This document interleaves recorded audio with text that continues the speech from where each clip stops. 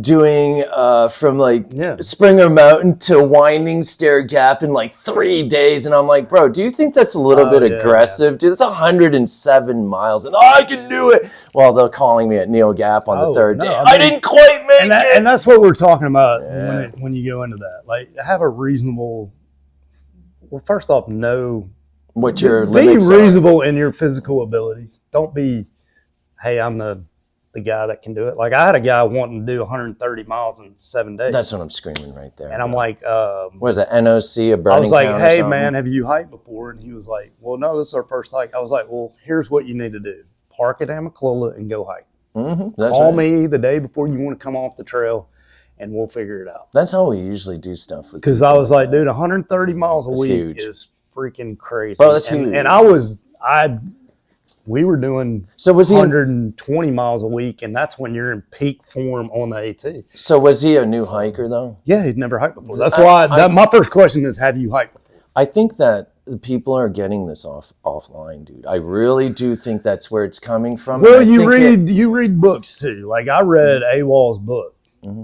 That was the first book I read, and he was doing 20s. And in my mind, this tells you where my mind came from. I was like, holy shit, how long did he have to train to do 20 miles in a day? Like, to me, it was like an unattainable thing. And now you get people that just think that's a normal and I can do it. And that's like, that is not normal. And it takes time. If you can do it, great. Kudos on you. You're in really good shape, and you probably hiked before.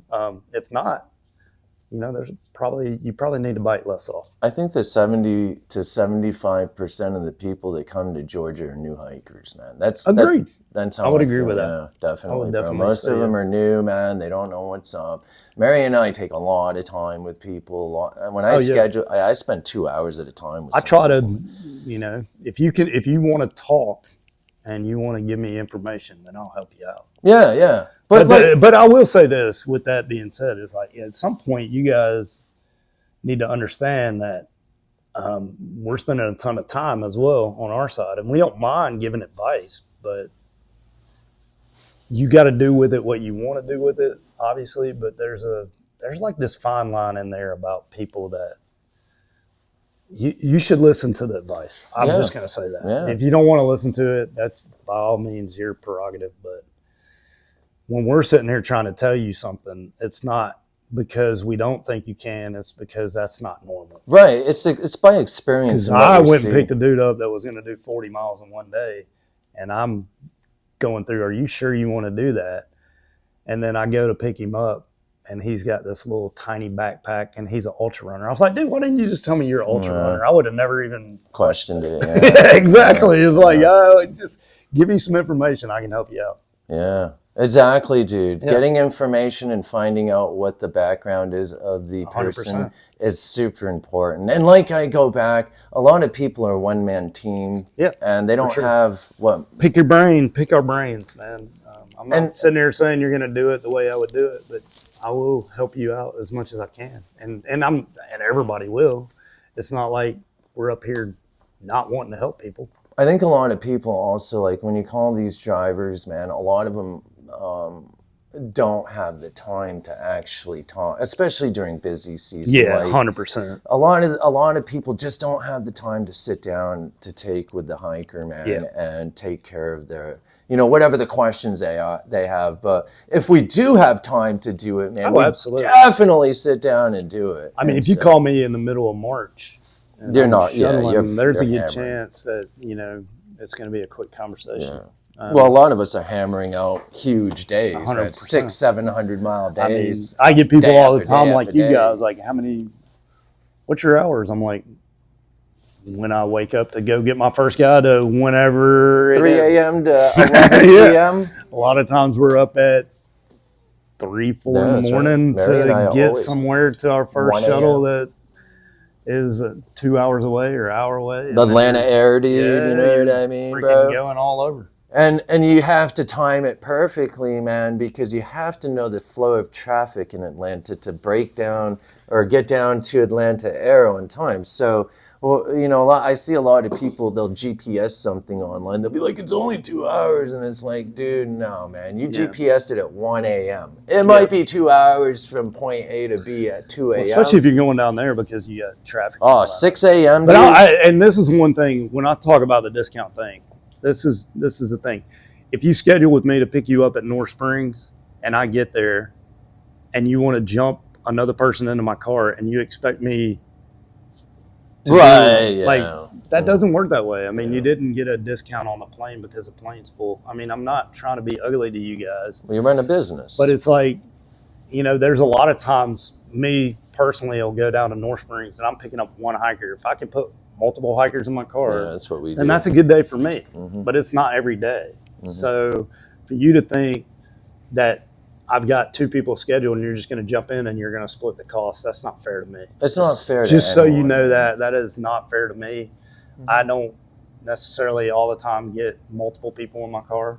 So sometimes I lose, but the days I can win is a good day for me. Yeah, sure, dude. You got bills to pay, and you got a stomach to feed. You got a wife. Well, you got to think about the amount of insurance you're paying. You got to pay the maintenance on your car, gas, all the stuff that people don't factor in. Dude, we're throwing away $80,000 vehicles every 3 years, bro. You know what I mean? And we're just killing them off, dude. Yeah.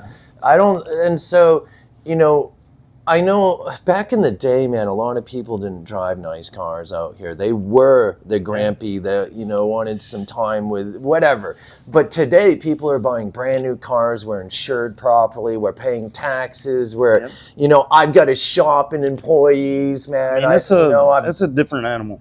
Yeah, it's not, you know, and there's a lot to it. And that's why we're trying to open up a little bit as a business instead of just like a content creator talking about the business and not actually giving a full view on what we go through and why we do what we do and how we do it.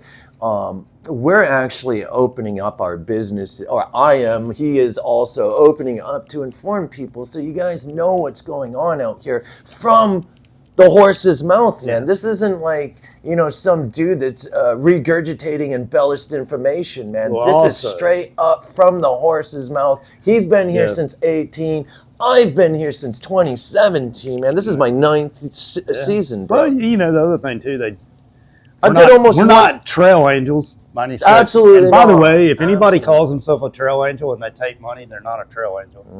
So y'all know that. I think so. Back in the day, man, speaking of that type of stuff, and I'm not saying this is everyone, but a lot of people use that trail angel and along with donation-based shuttle services to get around the taxes and the insurance and stuff. If you hear that type of stuff, I'll get on it next time, man. We jumped into it too. Yeah, that'll be a whole this could be 5 hours long. It will, man. And that's why we want to continue as businesses to inform people and try to get you guys, you know, educate people and inform them. So when they come here, you guys come here prepared and you're not getting into our cars talking about, I thought it was going to be cheap.